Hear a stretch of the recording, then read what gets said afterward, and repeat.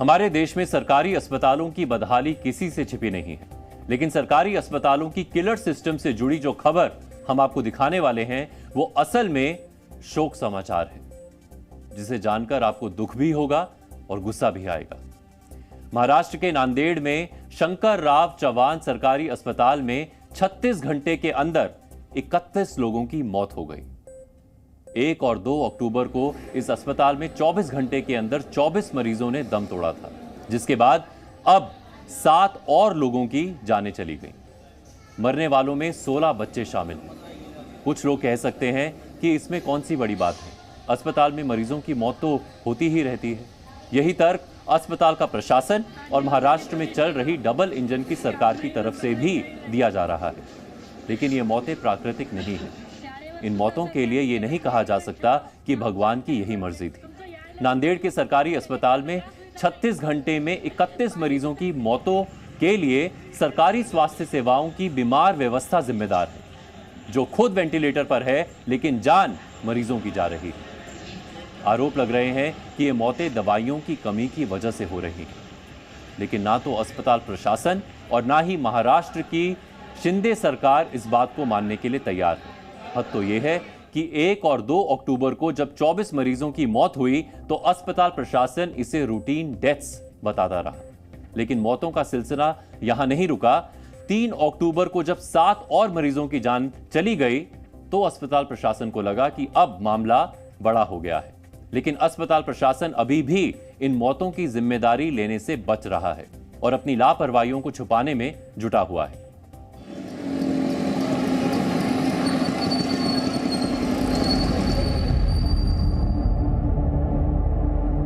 नांदेड़ के शंकर राव चव्हाण सरकारी अस्पताल के बाहर फैली ये शांति 31 मौतों के बाद का सन्नाटा है। इस अस्पताल से 36 घंटों में 31 डेड बॉडी निकली हैं, जिनकी मौत का जिम्मेदार भगवान नहीं बल्कि महाराष्ट्र का सरकारी हेल्थ सिस्टम। आखिर ऐसे अस्पताल का क्या फायदा जो मरीजों को न इलाज दे पाए न दवाइयां। काम नहीं रहता है, कहीं नहीं।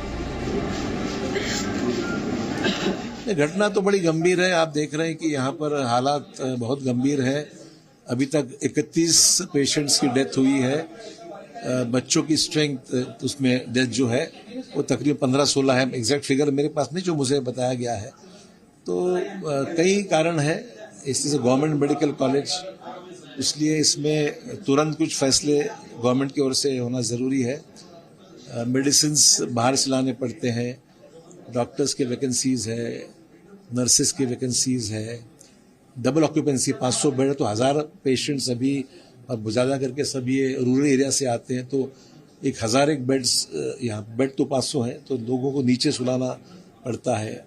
रेगुलर डीन की आवश्यकता है। तो काफ़ी इश्यूज़ है जिसके ऊपर सरकार को गंभीरता से कुछ फैसले लेने की ज़रूरत है। इतना बड़ा कैंपस है तब भी जगह कम पड़ रही है, इनफ्लो ज़्यादा है। तो जितना इनफ्लो है, अभी 1001 पेशेंट का इनफ्लो आज के दिन में होगा, तो इंफ्रास्ट्रक्चर भी उसी तरीके का करना पड़ेगा, वरना ये हैंडल करना मुश्किल है। नांदेड़ का यह सरकारी अस्पताल कोई छोटा मोटा अस्पताल नहीं है, लेकिन इतने बड़े सरकारी अस्पताल में दवाइयों की कमी की वजह से मरीजों को वक्त पर इलाज ना मिल पाना और उसकी वजह से मौत हो जाना आम सी बात लगती। 36 घंटे में 31 मौतों के बाद अस्पताल में अफरा तफरी का माहौल है, लेकिन अस्पताल प्रशासन को कोई फर्क नहीं पड़ता, क्योंकि उसके लिए ये मौतें नॉर्मल ही नहीं, नेचुरल भी है। एक टर्शियरी लेवल केयर है यहाँ पे। पूरे नज़दीक वाले जो डिस्ट्रिक्ट्स है, हिंगोली, परभनी, यवतमाल में के पुसद, उमरखेड़, ये तेलंगाना का कुछ पार्ट है, निर्मल, भैंसा, लातूर की तरफ अहमदपुर वगैरह, ये सब तरह जगह से यहाँ पे सीरियस कंडीशन में पेशेंट्स एक तो बाहर वाले प्रैक्टिशनर्स या हमारे पेरिफेरल जो हॉस्पिटल है वहाँ से रेफ़र किए जाते। बच्चों की उम्र जो है पैदा होके 1-2 दिन के, समझो ऐसे 2 दिन के 3 दिन के ऐसे बच्चे थे, और इनका जन्म होने के तब वज़न बहुत कम था, प्री मैच्योर बेबी जो बोलते। तो ऐसे प्री मैच्योर बेबी में नेचुरली उनका श्वास लेना या ना फेफड़े वगैरह पूरे डेवलप नहीं होते हैं, तो ऐसे बेबीज़ का भी डेथ हुए वाला है। और एक बीवी का ऑपरेशन किया था हर्निया का, डायफ्रामेटिक हर्निया, वो बाहर से करके हमारे पास आए थे। तो ये इसमें से परभनी वगैरह सब तरीके जगह से यहाँ पे आए वाले ये बच्चे 12 गए हैं। यहाँ कोई ऐसा एकदम से हादसा नहीं हुआ है कि किसी इन्फेक्शन की वजह से ऐसा, तो अलग अलग बीमारी से ये सब बच्चे समझो गए वाले हैं। ट्रीटमेंट तो पूरी है, डॉक्टर की कमी नहीं है, दवाई की भी कुछ कमी नहीं है, सब पूरी केयर लेने के बावजूद भी पेशेंट की बॉडी ने ट्रीटमेंट को रिस्पॉन्ड नहीं किया, इसलिए इनके डेथ हुए वाले हैं। अस्पताल के डीन पूरी तरह कॉन्फिडेंट हैं कि जितनी भी मौतें हुई हैं सब नेचुरल डेथ हैं और दवाइयों की तो अस्पताल में कोई कमी ही नहीं है।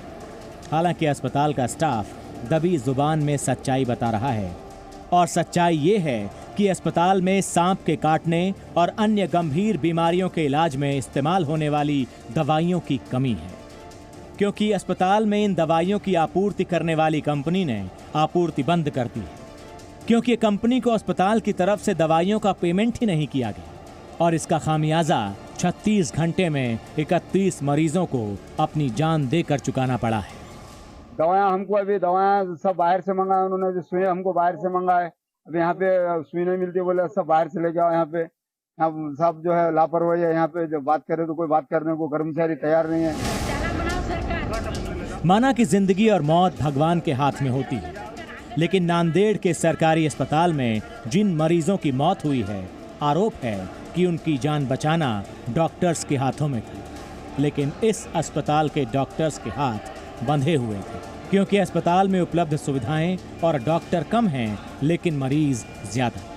ये जो मेडिकल कॉलेज है इसकी सिर्फ 508 बेड का सैंक्शन है इसको, जबकि यहाँ पर 1048 बेड लगे हुए हैं, लेकिन जो स्टाफ है वो 508 बेड के लिए जितना स्टाफ सैंक्शन है उससे आधा ही स्टाफ है।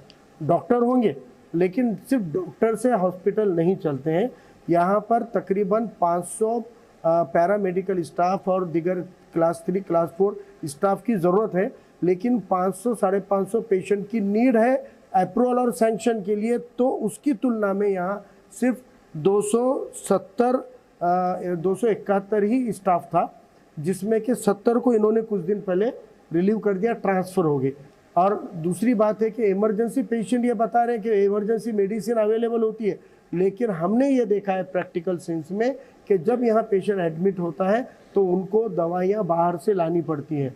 स्टाफ को ओपीडी में तो दवाई मिलती ही नहीं है, लेकिन इनपुट इन एडमिशन जो एडमिट पेशेंट होते हैं उन सीरियस पेशेंट को भी दवाई बाहर से लानी पड़ती है, यह हकीकत है।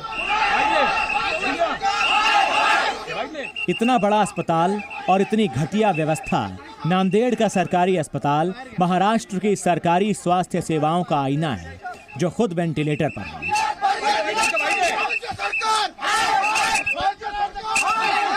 दवाई की ऐसी कोई बात नहीं है, ऐसा क्यों हुआ? अभी भी उनके पास 4-5 करोड़ रुपए हैं, उन्होंने दवाई क्यों नहीं खरीदी? ये सब ये पूछना चाहिए। हमारा जो कमेटी है उसका जवाब आएगा। मैं आपको एक आज बोल के जाता हूँ कि इसके आगे मृत्यु होंगे क्या न होंगे मैं नहीं बोल सकता, लेकिन एक आदमी का प्राण हमारे लिए महत्वपूर्ण है, बच्चे का प्राण महत्वपूर्ण है। इसके लिए बहुत तेजी से हम काम करेंगे। हमारे जो मेडिकल कॉलेज के स्टाफ है वो यहाँ लाएंगे हम। शिंदे सरकार के मंत्री बड़े दावे से कह रहे हैं कि दवाइयों और डॉक्टर्स की कमी नहीं थी, तो सवाल ये है कि जब मंत्री जी ने पहले ही अस्पताल प्रशासन और अपनी सरकार को क्लीन चिट दे ही दी है, तो फिर जांच में भले ही मौतों की जिम्मेदारी तय हो जाए, लेकिन जिम्मेदारों पर कार्रवाई होने की कोई गारंटी नहीं है। इस अस्पताल में दवाइयों की आपूर्ति की वजह से ये जाने गई है, ऐसी जानकारी सामने निकल कर आ रही है। लेकिन दूसरी तरफ यहाँ का जो प्रशासन है, यहाँ के डीन जो है, उन्होंने प्रेस नोट निकाल कर ये कहा है कि जो भी मेडिकल सप्लाई है, जो भी दवाइयाँ है, पूरी तरह से यहाँ पर है और किसी तरह की लापरवाही यहाँ पर बरती नहीं गई है। हायर कमेटी गठित की गई है। औरंगाबाद घाटी रुग्णालय जो है छत्रपति संभाजी नगर का, वहाँ की एक मेडिकल टीम जो है तीन सदस्यों की जो कमेटी है यहाँ पहुंच चुकी है और वो कमेटी जांच कर रही है। नांदेड़ से सतीश मोहिते के साथ साकेत राय, जी मीडिया। नांदेड़ के सरकारी अस्पताल में 36 घंटे के अंदर 31 मरीजों की मौत हो गई, लेकिन इन मौतों की जिम्मेदारी लेने को कोई तैयार नहीं है। ऊपर से ये और कहा जा रहा है कि सभी मौतें साधारण यानी नॉर्मल थी। दरअसल हमारे देश की स्वास्थ्य सेवाओं का सच यही है, जिसमें इलाज देना मरीजों पर एहसान करना माना जाता है। इसीलिए मरीजों की मौतों को जरा भी सीरियसली नहीं लिया जाता, जिसका उदाहरण है नांदेड़ का सरकारी अस्पताल। लेकिन ये इकलौता सरकारी अस्पताल नहीं है जहां मरीजों को खराब व्यवस्था, इलाज और दवाओं की कमी से अपनी जान गंवानी पड़ी। महाराष्ट्र के नांदेड़ के बाद अब संभाजी नगर के सरकारी मेडिकल कॉलेज अस्पताल में भी 24 घंटे के दौरान 18 मरीजों की मौतें हो गई, जिनमें 2 नवजात बच्चे भी शामिल हैं। बताया जा रहा है कि इस सरकारी अस्पताल में भी दवाओं की कमी थी, जिसकी वजह से वक्त पर मरीजों को इलाज नहीं मिल पाया और उनकी जान चली गई। इससे पहले ठाणे जिले के छत्रपति शिवाजी महाराज अस्पताल में भी बीते 12 से 13 अगस्त के बीच 24 घंटे में कुल 18 मरीजों की ऐसे ही मौतें हो चुकी हैं। तब मुख्यमंत्री एकनाथ शिंदे ने इसकी जांच के आदेश भी दिए थे और जिम्मेदार अधिकारियों पर सख्त कार्रवाई का वादा भी किया था। ये तीनों घटनाएं इस बात की केस स्टडी हैं कि महाराष्ट्र का सरकारी स्वास्थ्य सिस्टम अब मरीजों की जान बचाने से ज्यादा उनकी जान लेने वाला बन गया है, जिसमें अस्पतालों में ना तो पर्याप्त डॉक्टर्स हैं, ना जरूरी दवाएं हैं। और जब किलर सिस्टम का शिकार बनकर मरीजों की असमय मौत हो जाती है तो सरकार और सिस्टम दोनों ही अपना पल्ला झाड़ लेते हैं। अगर नांदेड़, संभाजी नगर और ठाणे के सरकारी अस्पतालों में मरीजों की मौत के बाद सरकार और सिस्टम का रिस्पॉन्स देखें तो 2 बातें सेम हैं। तीनों ही घटनाओं में सरकार और अस्पताल दोनों ने जिम्मेदारी से इंकार कर दिया। दवाइयों और डॉक्टरों की कमी के आरोपों के बिना जांच किए खारिज कर दिया और हर घटना की तरह इस घटना की भी जांच का आदेश दे दिया गया है। नांदेड़ हॉस्पिटल की जो दुर्घटना है सरकार ने गंभीरता से ली हुई है और सुबह ही मैंने दोनों सेक्रेटरी को बुलाया था, उनसे प्राथमिक जानकारी ली हुई है। अस्पताल में मेडिसिन बिल्कुल पूरी तरह जितना आवश्यक है उतना वहाँ पर था, डॉक्टर और स्टाफ वहाँ पर मौजूद थे। जो घटना हुई है वो दुर्भाग्यपूर्ण है, इसकी जांच होगी और कार्रवाई हो जाएगी और सरकार ने इसे गंभीरता से लिए इसलिए क्योंकि वहाँ पर हमारे जो मंत्री है और सेक्रेटरी है वहाँ पर उनको तत्काल वहाँ पर भेजा है और इसके बाद इसकी पूरी जो आवश्यक जानकारी है वो प्राप्त हो जाएगी और आवश्यक जांच होगी और उसके ऊपर आगे की कार्रवाई होगी। लेकिन सरकार ने ये दुर्घटना जो हुई है ये घटना गंभीरता से ली हुई है। मुख्यमंत्री एकनाथ शिंदे को महाराष्ट्र में बीजेपी के साथ सरकार चलाते हुए करीब 1.25 साल हो चुका है और पिछले 2 महीनों में 3 सरकारी अस्पतालों में लापरवाही और दवाइयों की कमी की वजह से एक साथ कई मरीजों की मौत के केस आ चुके हैं। मुख्यमंत्री शिंदे ने ठाणे के सरकारी अस्पताल में मौतों के मामले में भी एक जांच समिति बनाई थी, लेकिन करीब 2 महीने बीत जाने के बाद भी अभी तक जांच रिपोर्ट ही सामने नहीं आई है। हालांकि उड़ती उड़ती कुछ खबरें हैं कि जांच समिति ने अपनी रिपोर्ट शिंदे सरकार को सौंप दी है, जिसमें ठाणे के सरकारी अस्पताल में हुई मौतों के लिए किसी को भी जिम्मेदार नहीं ठहराया गया है। यानी जिम्मेदार लोगों पर कार्रवाई की बात तो छोड़िए, चिंता की बात तो यह है कि ठाणे की घटना से कोई सीख भी नहीं ली गई। अगर ली गई होती तो अब नांदेड़ और संभाजी नगर के सरकारी अस्पतालों में एक साथ इतनी मौतें नहीं हुई होती। अब हम आपको इन घटनाओं की इनसाइड स्टोरी बताते हैं। जी न्यूज को मिली जानकारी के मुताबिक इसी साल मार्च में महाराष्ट्र सरकार ने मेडिकल गुड्स प्रोक्योरमेंट एक्ट में कुछ बदलाव किए थे, जिसके तहत राज्य के सभी मेडिकल कॉलेजेस और अस्पतालों को सिंगल विंडो सिस्टम के जरिए मेडिकल सामान और दवाइयां खरीदनी होती। सूत्रों के मुताबिक इस बदलाव के बाद से सरकारी अस्पतालों को दवाइयां प्रोक्योर करने में दिक्कतें आ रही थी। यानी शिंदे सरकार की नीतियों की वजह से सरकारी अस्पतालों में दवाइयों की सप्लाई बाधित हुई। और यहां ध्यान देने वाली बात तो यह है कि इस नई नीति के बाद से ही 3 बड़े सरकारी अस्पतालों में 24 घंटे के अंदर बड़ी तादाद में मौतें हुई हैं। ऐसे में लोग तो कहेंगे ही कि अपने प्रचार पर हजारों करोड़ रुपए खर्च करने वाली सरकार के पास क्या सरकारी अस्पतालों में दवाएं मुहैया करवाने के भी पैसे नहीं हैं? क्या महाराष्ट्र की डबल इंजन वाली शिंदे सरकार की नजर में गरीबों की जान की कोई कीमत नहीं? लोग तो ये भी सवाल उठाएंगे कि अगर महाराष्ट्र राज्य की सेहत ही वेंटिलेटर पर है तो 2 इंजनों वाली सरकार का क्या फायदा। सवाल पूछा जाएगा कि क्या शिंदे सरकार को सिर्फ अपनी चिंता है, महाराष्ट्र के लोगों की नहीं। वैसे अब सरकारी अस्पतालों में मौतों पर राजनीति भी शुरू हो चुकी है। सत्ता पक्ष और विपक्ष के नेताओं ने नांदेड़ के सरकारी अस्पतालों में अपनी हाजिरी लगाई है। गोरखपुर में ऑक्सीजन कांड हुआ था और 200 से भी ज्यादा बच्चे वहां मृतक हो गए। पूरे देश की हालत ये है, लेकिन महाराष्ट्र की आरोग्य की स्थिति, हेल्थ कंडीशन उससे ऊपर थी। हमेशा महाराष्ट्र ने इस मामले में अच्छा काम किया, लेकिन गत 1-1.5 साल से महाराष्ट्र के सभी शासकीय रुग्णालय जिस तरह से काम कर रहे, ना हेल्थ मिनिस्टर को चिंता है, ना हेल्थ डिपार्टमेंट काम कर रहा है, ना सरकारी डॉक्टर काम कर रहे हैं, किसी का नियंत्रण नहीं। निगलेक्टेड डिपार्टमेंट अगर कौन सा होगा महाराष्ट्र में तो हेल्थ डिपार्टमेंट। मौत भी कैसे हुई, दवाएं नहीं, मौत भी कैसे हुई, देखभाल नहीं हुई। हमारे पूर्व मुख्यमंत्री अशोक चौहान जी भी वहाँ गए हुए हैं।